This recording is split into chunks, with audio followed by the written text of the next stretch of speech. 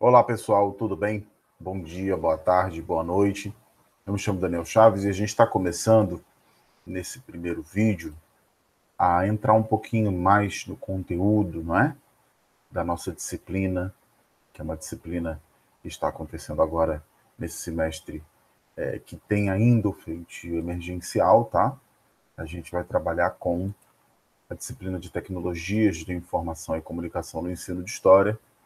É uma disciplina que tem uma carga meio teórica, meio prática, essa aqui é a parte teórica dela, e hoje nós vamos trabalhar com esse conteúdo aqui, tá bom? Que está frisado, que é o do papel da tecnologia na contemporaneidade. Por que a gente vai trabalhar com esse assunto?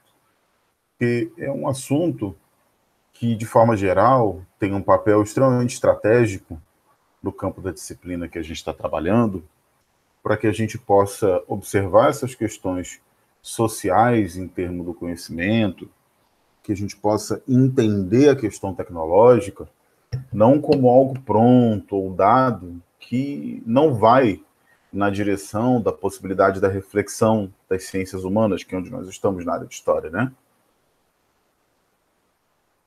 O que eu quero dizer com isso? Eu quero dizer que antes da gente entrar numa reflexão teórica e abordar alguns aspectos, como a questão da comunicação em rede, aspectos pedagógicos, funcionais, sociais, instrumentos e o próprio campo da história digital, me parece muito importante que a gente faça, em primeiro lugar, uma reflexão a respeito do que é a tecnologia no mundo contemporâneo e como ela vem influenciando o dia a dia da gente. Até porque, mesmo que a gente tenha uma enorme diversidade de expectativas do ponto de vista mais prático, sobre o que são, quais são os feitios, qual é o papel da tecnologia, me parece razoavelmente consensual que a ideia do que a gente está chamando de tecnologia no mundo de hoje, sem nenhuma conotação aqui positiva ou apologética, elogiosa, me parece absolutamente óbvio que o que a gente está chamando de tecnologia é hoje um vetor revolucionário na história. Ou seja, se nós estamos trabalhando com a ideia que na virada do 20 para o 21 já concretizada, ou seja, nós já estamos agora no mês de julho do ano de 2021, aquela discussão toda a respeito da transição do século XX para o século XXI parece muito distante. Nós já temos um razoável consenso em torno da ideia que o século XXI é uma realidade. Se é uma realidade por conta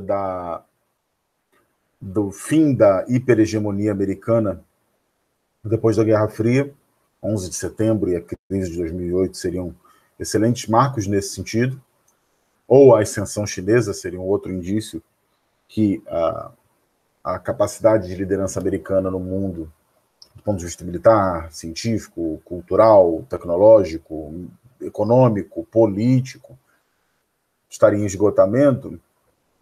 Se tudo isso está acontecendo, se a gente pode elencar que a ascensão dos países emergentes, os BRIC, também seria um outro indício.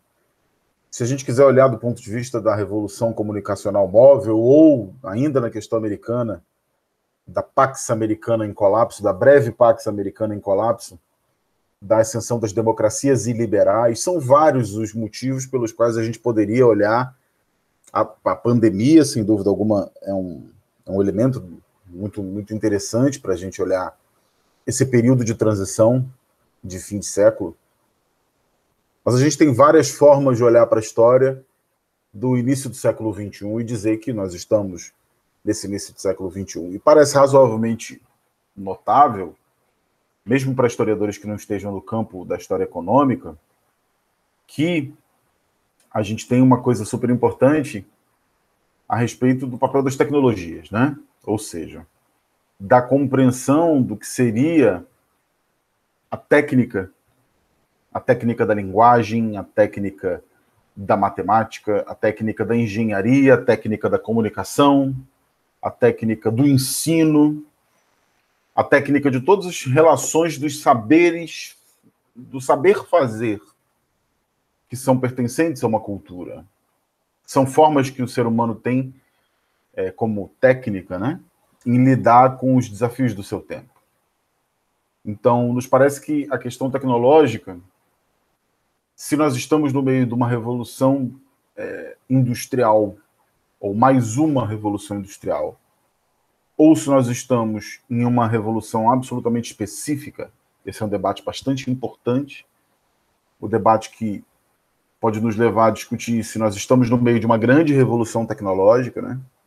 De uma revolução tecnológica que vem acontecendo para e passo as ondas de expansão e contração, de avanço e retração do capitalismo, sem entrar no mérito da inevitabilidade capitalista. Isso não existe. O capitalismo é um modo de produção que é histórico, está no tempo e no espaço, ele não é eterno, obviamente. Mas a gente pode olhar para essa tecnologia desde o ponto de vista dela constituir em si parte de um contínuo de etapas de revoluções tecnológicas, ou nós podemos olhar para essa revolução tecnológica como singular. São discussões importantes, que eu acredito que não são específicas, intrínsecas dessa disciplina, mas que dizem muito respeito à discussão da epistemologia e história da ciência. Porque ou nós somos parte de um todo, de um processo complexo, de longa duração, de média duração, historicamente, e o que é essa revolução da telefonia móvel, a revolução da internet, a revolução da automação da inteligência artificial, ou elas são uma revolução específica, que é incomparável, ou se ela é parte de um processo revolucionário que tem sucessivas ondas, cujas quais só podem ser compreendidas no seu encadeamento. Esse é um debate muito longo, muito complexo, e que definitivamente, para mim, como eu disse, não parece exatamente interessante aqui. O que parece interessante aqui é compreender exatamente que no meio de todas essas transformações, nas mutações do século XXI, a tecnologia ocupa um papel determinante para a compreensão de tudo que envolve o estilo de vida humano na dimensão do fazer. Que todas as dimensões humanas são colonizadas por esse vetor de transformações ou por esses vetores de transformações tecnológicas. A cultura tem se tornado tecnológica, a economia tem se tornado tecnológica, a sexualidade, a cura, a vida, a religião. E, sem dúvida alguma, a pandemia, acho que é muito importante frisar isso numa primeira sessão da nossa disciplina, uma sessão muito reflexiva, né? A pandemia, sem dúvida alguma, colocou não a tecnologia como um elemento destacado, porque boa parte das atividades que nós desempenhávamos com base tecnológica são antecedentes à pandemia. Nós já nos comunicávamos pela internet, nós já tínhamos a expectativa da automação, nós já tínhamos um investimento em biotecnologia, em fármacos, em sistemas inteligentes, em energias renováveis. Nós já sabíamos da digitalização dos sistemas de circulação de bens e mercadorias, nós já sabíamos das tendências biométricas, nós já sabíamos da interdependência econômica. Isso não é uma novidade. Tudo isso que a gente está vivenciando como o novo normal, que alguns tentaram trazer como um novo normal, na verdade não tem nada de novo. Porque a gente já se comunicava pelo WhatsApp com entre professores e alunos, e aqui eu estou falando especificamente sobre o nosso mistério, né, a nossa atividade. A gente já fazia videoconferências, a gente já tinha uma intensa digitalização das atividades, dos arquivos, os artigos, as sínteses das nossas teorias e das nossas jornadas científicas já eram digitais.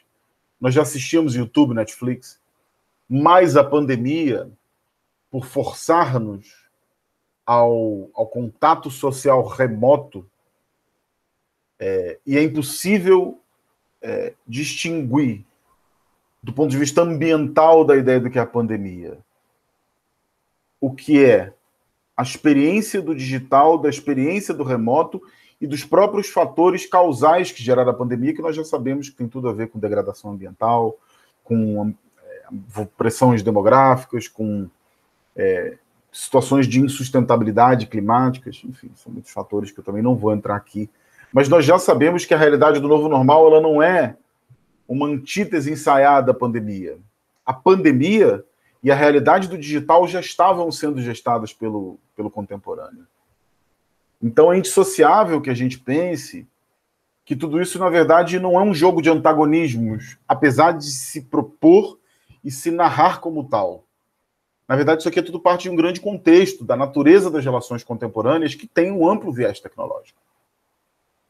E é importante situar isso para, em primeiro lugar, fugir dessa discussão de cabo de guerra sobre se o digital e o remoto são úteis ou inúteis, abomináveis ou desejáveis, porque eles já estavam aqui. Não tem nada de anormal, de absolutamente novo. Vou ligar a luz aqui que já está anoitecendo. Espero que melhore. Então não há nada de absolutamente anormal aqui. A reflexão, nesse sentido, é uma reflexão extremamente importante para a gente colocar em consideração que o que a gente está chamando do novo normal, na verdade, é um antigo normal. Só que é um normal potencializado por uma circunstância catastrófica, que é a pandemia. E, por outro lado, além desse primeiro ponto, que é perder um pouco essa falsa dicotomia entre o presencial e o digital, porque essa era uma relação, esse é um conjunto de relações que já estava dado, já ocorria, nada a não ser a vacina, foi absolutamente inventado do zero com a pandemia, nós nos adaptamos à situação. Por outro lado, também é importante, além de frisar isso, de sair desse jogo de cabo de guerra, se nós devemos ou não o digital, e, na verdade, compreender de forma devida o que nós já deveríamos ter compreendido muito antes, que o digital e o presencial são complementares, são absolutamente complementares. Um outro aspecto determinante aqui é, superada essa capacidade nossa, esse gatilho nosso em buscar antagonismos artificiais entre presencial e digital, porque não são antagônicos, é também buscar uma aproximação estratégica entre o digital e o físico no campo profissional da área de história, na área das ciências sociais como um todo. Por quê? Porque hoje, boa parte das áreas do conhecimento, se é que isso ainda é uma grande preocupação, a interdisciplinariedade cada vez mais vem se mostrando uma tendência para as próximas décadas, já se mostrava.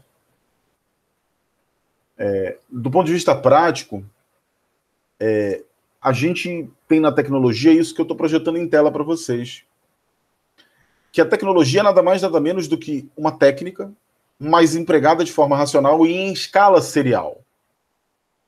Quer dizer, ela é repetível e escalável, criando algum grau de apropriação novo sobre uma técnica, criando um novo significado, um novo alcance, uma nova penetração sobre a técnica. De modo que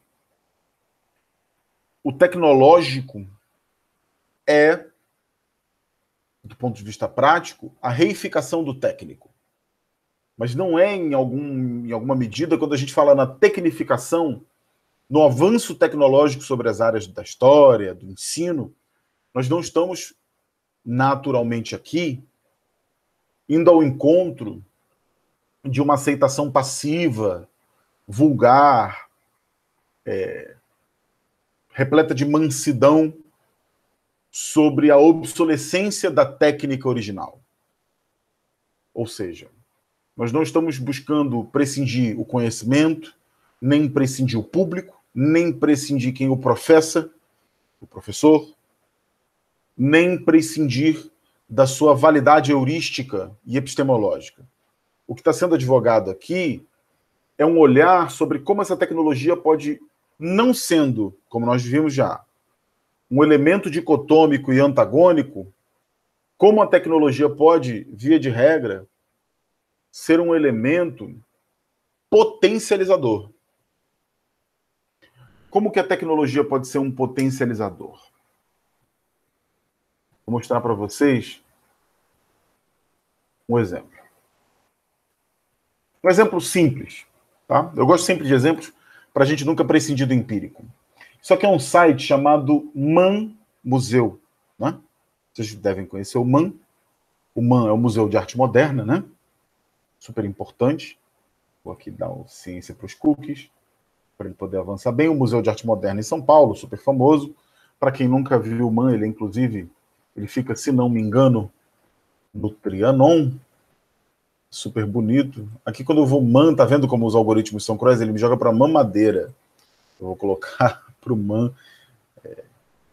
Tá? É uma outra coisa. Então, o que a gente está chamando de Museu de Arte Moderna de São Paulo, eu não consegui achar uma boa imagem, vou jogar Man São Paulo no nosso Google.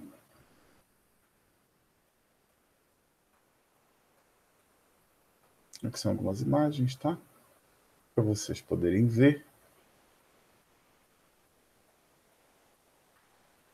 O Man, que é super importante, tá? Para quem conhece, ele fica na Vila Mariana. Mas o que eu quero mostrar para vocês é uma outra coisa. Olhem só. Eles lançaram aqui um museu brasileiro no Minecraft. É isso mesmo. Com uma missão de tornar acessível a arte moderna para cada vez mais pessoas. Olhem só. Que interessante.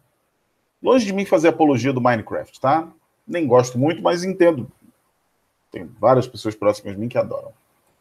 Então, o Man, que sabe que tem um valor em si intrínseco, ele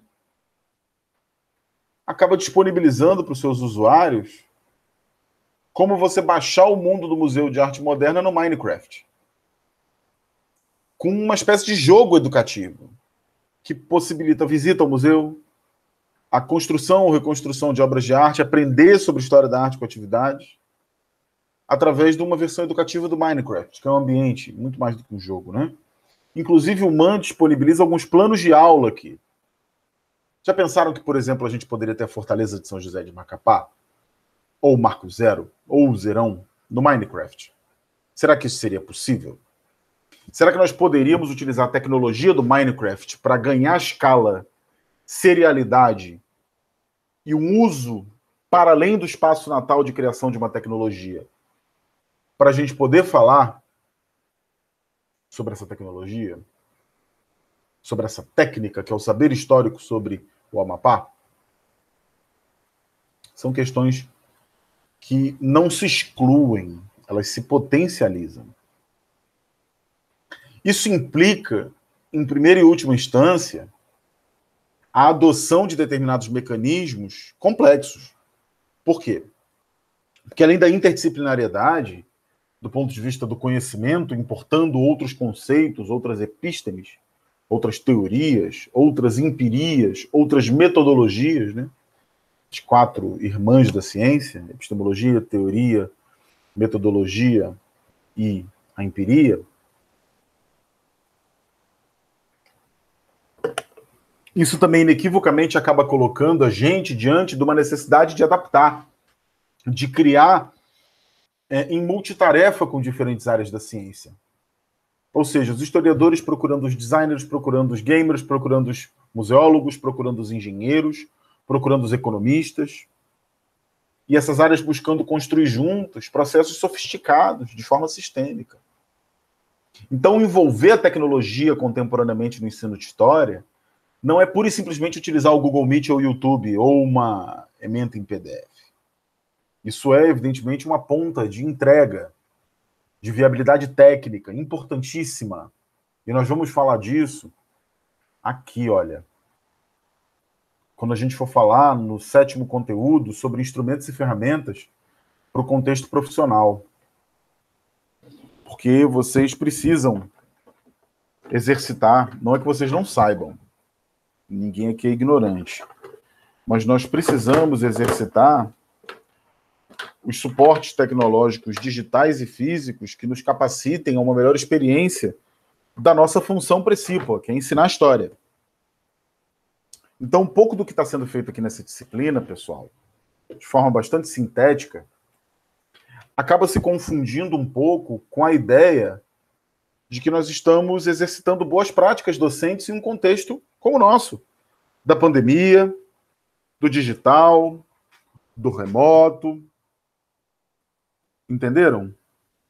A gente precisa se adaptar a esse novo mundo, que não é tão novo. E se ele não é tão novo, muito provavelmente ele também não vai embora tão cedo. Entendem? Entendem a chave para lidar com isso de frente? O porquê lidar com isso de frente? A gente precisa lidar com isso de frente porque não tem outro jeito. O mundo do presente e do futuro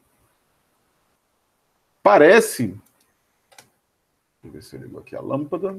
Pronto. O mundo do presente e do futuro parece estar lidando com essas questões de forma muito tranquila, muito frontal.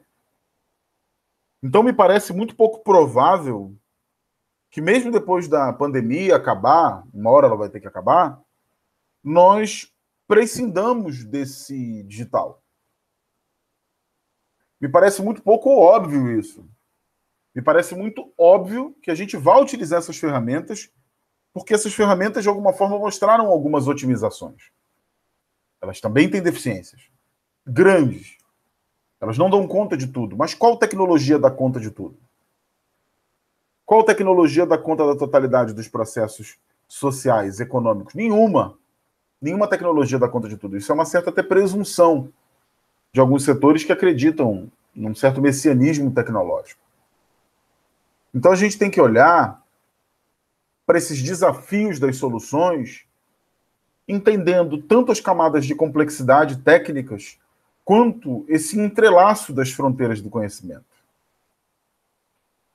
Fazendo com que o que nos interessa, e o que me interessa aqui como docente nessa disciplina, seja trazido a vocês, indo justamente na direção da minha missão principal, que é trabalhar com a melhor capacidade de, na formação profissiográfica de vocês, situar o uso das tecnologias da informação e da comunicação, que são, para muitos, a esteira de salvação, e para outros, o grande inimigo, o grande vilão da pandemia.